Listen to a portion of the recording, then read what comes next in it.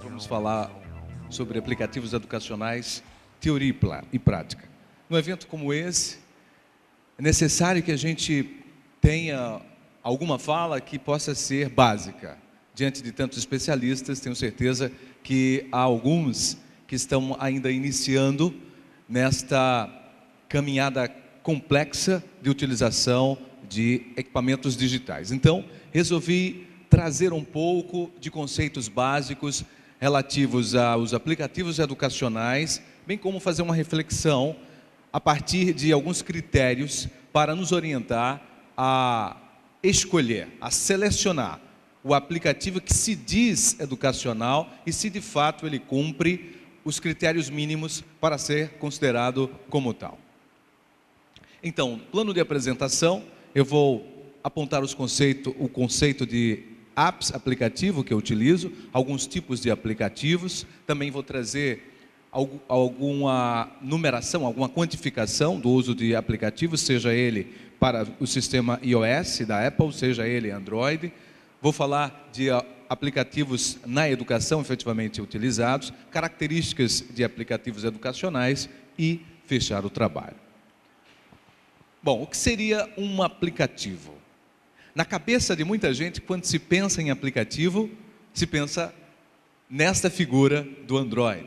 Então, essa é a figura mais invocada quando se fala de aplicativo para dispositivos móveis. Então, esse conceito de aplicativo é um conceito, digamos, mais horizontal, mais simples de entender, que é um software interativo para dispositivos móveis que ajuda os usuários a desempenhar tarefas e achar soluções. Diferentemente de outros softwares, esse é um tipo de software que tem como princípio a interatividade, a relação com o usuário de um modo proativo. Ele chama o usuário para uma conexão.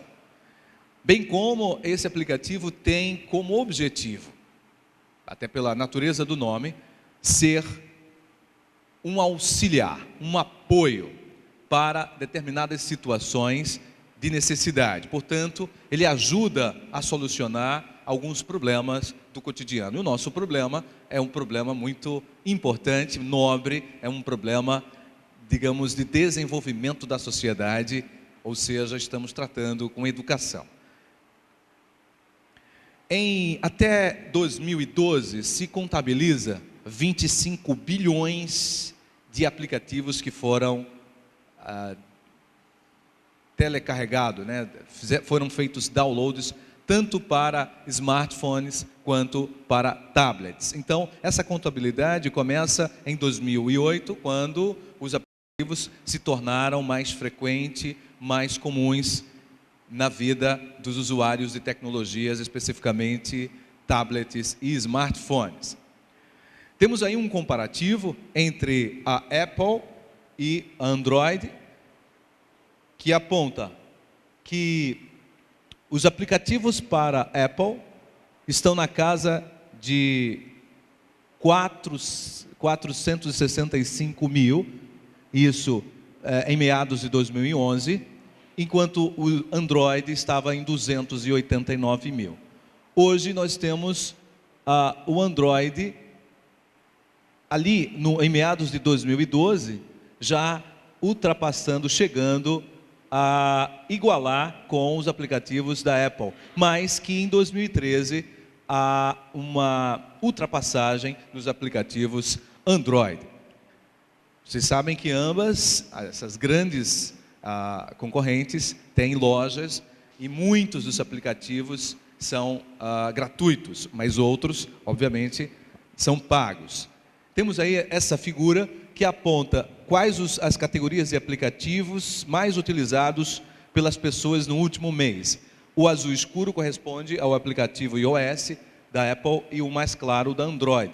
Então, os aplicativos para clima, para tempo, estão entre os preferidos. Depois, os aplicativos para as redes sociais, os aplicativos de navegação e mapas, os games, depois música, notícia, finança, compras, enfim. Então, nós temos aí uma variedade de tipos de aplicativos, mas estamos preocupados, estamos focados naqueles que são desenvolvidos exclusivamente para a aprendizagem. Esse é o nosso foco.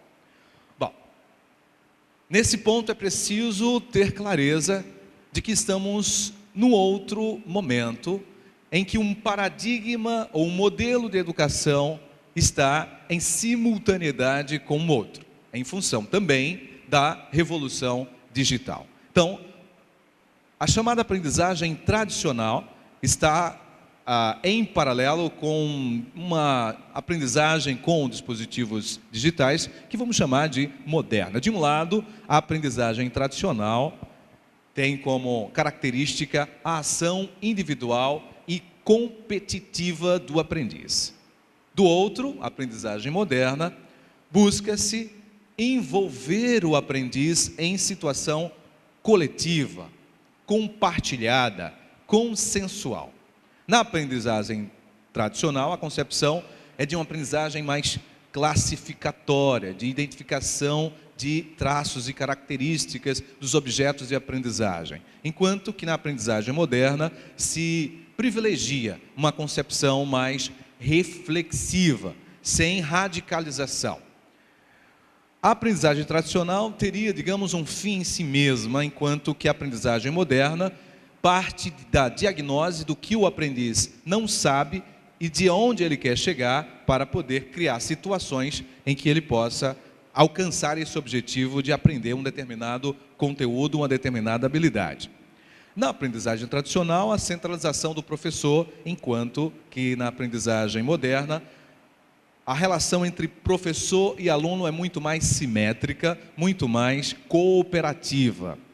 Na aprendizagem tradicional, enfatiza-se a memorização de informações. Na aprendizagem moderna, a ênfase está na compreensão do processo. A dependência do aluno está como característica da aprendizagem tradicional e o desenvolvimento, o despertar da autonomia de aprendizagem do aluno seria, então, característica da aprendizagem moderna. Bom, partindo do princípio que nós estamos num momento histórico privilegiado, em que convergem simultaneamente, ou melhor, divergem, mas estão convivendo simultaneamente, dois modelos de aprendizagem, quais seriam os desafios para os desenvolvedores de aplicativos educacionais? Um primeiro desafio seria que o aplicativo captasse a atenção do usuário, no caso, o aprendiz. Estamos falando agora de aplicativos com fins exclusivamente educacionais. Então, o desenvolvedor, e quando eu falo desenvolvedores, não falo apenas no programador computacional, eu falo na equipe toda. Desde o design de instrução, designer instrucional, passando pelo desenvolvedor, pelo especialista, pelo programador e pelo professor conteudista. Essa triangulação é fundamental, é a composição da equipe para desenvolvimento de objeto de aprendizagem. Porque o professor, ele domina o conteúdo, mas ele pode não dominar a forma de apresentação desse conteúdo, que é do campo, do domínio do designer instrucional. Mas ambos, professor e designer instrucional, podem não dominar a programação que vai então constituir o funcionamento daquele aplicativo. Então, é uma equipe que desenvolve ou que deve desenvolver aplicativos educacionais. Então, o primeiro desafio é atrair a atenção do usuário. Com esse gancho, é necessário manter o foco, que o usuário mantenha-se interessado na continuidade do uso daquele aplicativo.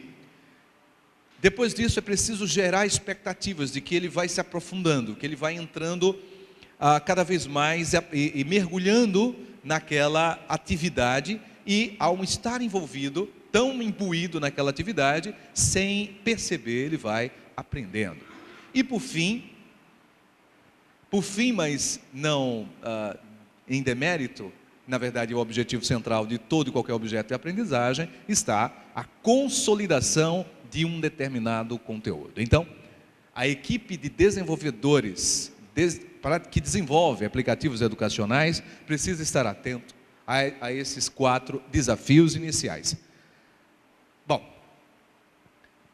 as categorias para a escolha de um aplicativo. Então, ao escolher um aplicativo dito, chamado educacional, é preciso ter em mente que o processo deve envolver esses 4 elementos: a interação, aluno, aplicativo, professor, a fundamentação pedagógica, a programação informática e o conteúdo a ser utilizado como mola mestra daquele aplicativo. Então, como se caracterizam esses 4 elementos? Então, no primeiro elemento, é preciso que o aplicativo educacional seja de fácil uso, clareza nas instruções para que o usuário percorra os vários componentes ou as várias fases daquele aplicativo de modo claro, sem dificuldade. Isso significa que deve haver integração entre as instruções, partindo das instruções, não ficar apenas no texto escrito, mas utilizar os ícones, apresentar dicas ou atalhos, adequar a linguagem ao aprendiz. Isso significa muitas vezes informalizar mesmo a linguagem, gerar uma situação de navegabilidade fácil e que, se de repente ele se perder, ele tenha um lugar onde ele possa reconstruir e entender o mapa daquele aplicativo, enfim, e trabalhar elementos que recuperem informações que o próprio aplicativo forneça. Um espaço em que seja a memória e que, se de repente ele pare de utilizar aquele aplicativo por alguma razão, ele possa recuperar essas informações. Segundo, recursos motivacionais. Um aplicativo precisa ter atratividade. Ele tem que levar em conta que ele está diante de um desafio pedagógico, fazer o usuário aprender um determinado conteúdo, uma determinada habilidade. E aí ele precisa pensar que o aplicativo precisa interagir com o usuário, precisa estar chamando o usuário a manter a relação com ele. Precisa ter cuidado com o layout da tela. Muitas vezes, aplicativos que são criados para desktop são utilizados em telas de smartphone. E aí há uma perda enorme, porque não há uma adaptação. Por isso que muitas empresas agora estão construindo seus próprios aplicativos, porque adaptam o que pode ser navegado no desktop para ser navegado na tela de um smartphone. E tem que também ter cuidado com a carga cognitiva. Ou seja, não se pode explorar ou carregar demais o aplicativo de informações, porque vai gerar uma sobrecarga.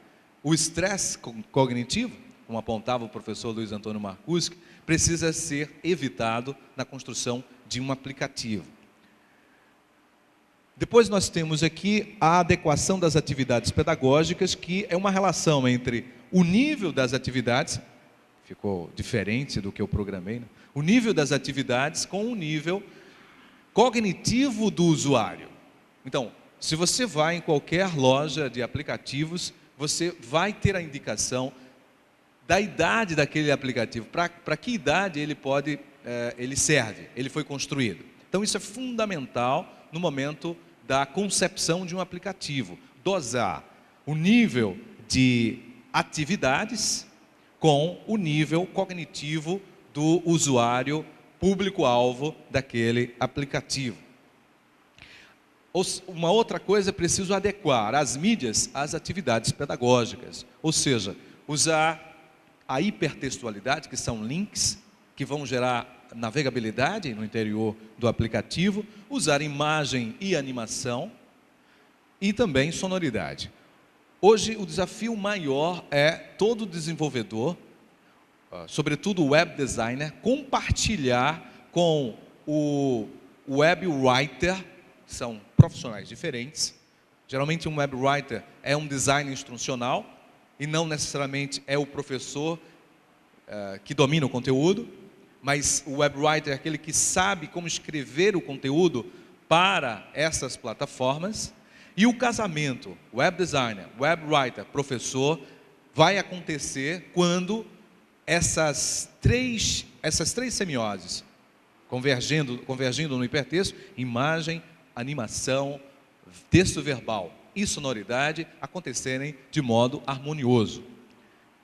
A interatividade é fundamental. A interatividade do usuário entre intra-equipe, um grupo que compartilha. Outro dia eu aprendi com meu filho que é possível fazer grupos no WhatsApp. Então, você pode criar o seu próprio grupo de conversação e fazer uma conferência no WhatsApp. Então, isso vai gerar muito mais integração. Pensando num professor que vai utilizar um aplicativo de modo educacional, isso é fundamental. Pensar na relação intragrupo, ou melhor, intra-equipe, interequipe, para gerar relações com outras equipes, e transequipes, ou seja, o aplicativo precisa pensar nesses 3 níveis de interação, de interatividade. Qual seria então o papel do professor nesse processo todo? O professor, não aquele que produziu o aplicativo junto com o web designer, nem com o web writer, mas aquele usuário do aplicativo. Ele então, obviamente, precisa compreender, entender o conceito que subjaz aquele aplicativo, porque ele vai ser o mediador pedagógico entre o aplicativo e o aluno. Ou seja, ele vai fazer orientações didáticas, ele vai inclusive sugerir inclusão, a inserção de outros recursos quando o aplicativo por si só não estiver sendo suficiente. Mas todo objeto de aprendizagem precisa ter um lastro teórico que seja compatível não só com a própria atividade, mas sobretudo com a contemporaneidade. Na fala do Alex, ele utilizou a palavra estrualismo, ou estrualista, e imediatamente ele fez ressalvas. Hoje é uma metodologia, digamos, fora de moda, démodé, e que certamente deu a sua contribuição no início do século XX, mas que hoje, paradigmaticamente, do ponto de vista epistemológico, nós avançamos. Estamos, portanto, hoje num paradigma que utiliza todo o legado do estruturalismo, mas que acrescenta um elemento relegado pelo estruturalismo, que é o elemento contextual. Estamos falando, por exemplo, de uma teoria socio-interativa, ou socio-construtivista. E todo aplicativo precisa estar embasado nessa fundamentação pedagógica que passa por uma base epistêmica, epistemológica, clara e consistente. Enfim, a programação, a parte mais complexa que tem a ver com o desenvolvedor informático, que é o software. Ele precisa, ao pensar, ao conceber um aplicativo, que ele seja seguro, simples e robusto. Seguro, simples e robusto. Essas características são fundamentais para que um aplicativo possa ser bem disseminado, bem utilizado e alcançar o seu objetivo. Para fechar, essa frase do Einstein: insanidade é continuar fazendo a mesma coisa e esperar resultados diferentes. O objetivo deste evento, o objetivo dessas reflexões todas durante esses 2 dias e meio, é tentar fazer uma educação diferente por meio de tecnologias. No caso, tecnologias móveis que podem mover a educação para melhor. Obrigado.